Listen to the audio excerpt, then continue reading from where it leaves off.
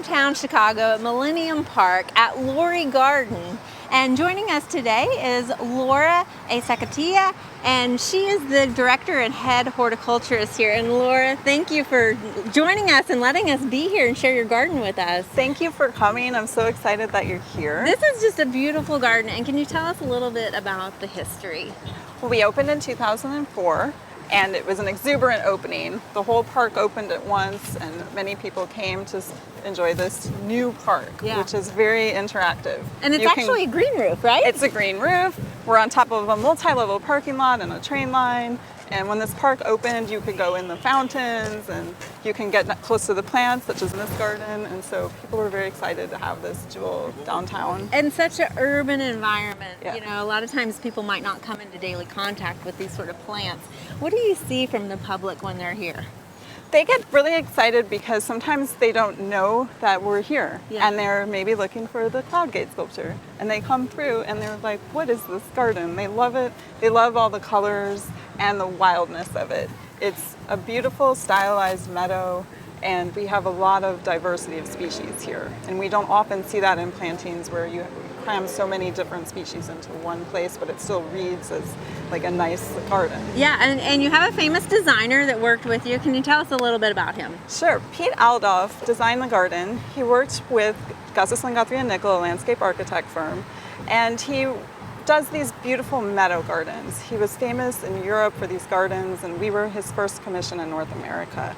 And he likes to make four-season gardens. So you look at it in spring, and there's colorful spring blooms, and then you're looking at midsummer now, and fall, winter. We keep all the plants up for winter, so it's also designed to be beautiful then, and many people come through and enjoy the garden, even in the cold months. Yeah, and it's a little bit different than some of your other gardens because all of this is perennial plants, is that correct? All perennial. He uses perennial plants in his plantings, and that's great because everything just comes back.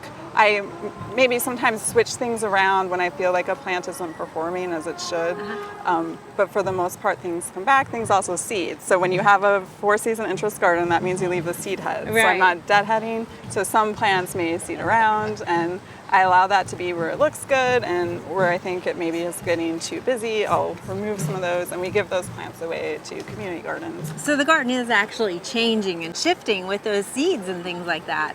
Yes. And I think that's what makes it very dynamic and a really interesting place to work. I mean, a lot of these plants we recognize in our Oklahoma prairies as well. I mean, you have Joe Pye weed, you have a lot of, grasses here and things like that. Can you tell us a little bit about the plant materials that we might find? Well, one thing is we have 126 species native to the Chicago region. And so I like to learn about that. I go to wild areas in the Chicago area and I find what grows there and works well together, and that sometimes inspires me. Pete Aldoff, when he worked on this project, he actually visited local prairies, and that gave him inspiration for the design. So Laura, what are you guys doing here as far as education and interpretation with these plants? Well, one common question I get from visitors is, what is this plant? And we don't label every plant. We do a few highlights. We have some Windmaster signs with the highlights, but our website has every plant on it. But we also have free nature programming offered year-round, and we like to teach people about gardening and about different aspects of nature and science, how science relates to nature. And very popular, especially with family programming. We also have programs for adults, but we're always looking at ways of how to interpret something like this for the public so that they can get a deeper connection to what's happening here. We have quite a biodiverse population of insects, and so we've noticed the butterflies down here. It's crazy in an urban environment like this. It's really, really lovely to see that. Even at night, there are different pollinators at night from what you see here during the day, and so we want to be sure that we're a habitat for them, and so that's something that we focus on a lot as well. That's fantastic, and there's so much going on. I mean, we've got a concert getting ready in the background, and it's just such a lively place. And of course, Millennium Park, there's a lot going on here as well. Yeah, and it's all free and open to the public, so that's really important too. We're open. Lurie Garden, as well as the rest of the park, is open from 6 a.m. till 11 p.m. every day of the year.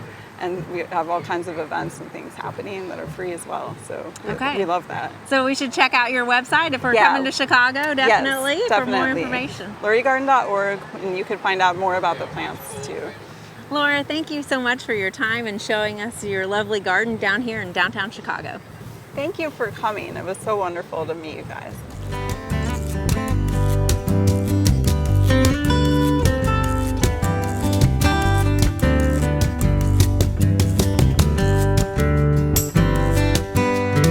hope you enjoyed this video. It's part of our Oklahoma Gardening YouTube channel. You can also find even more videos on our OK Gardening Classics YouTube channel. And join us on social media for great gardening tips, photos, and discussion.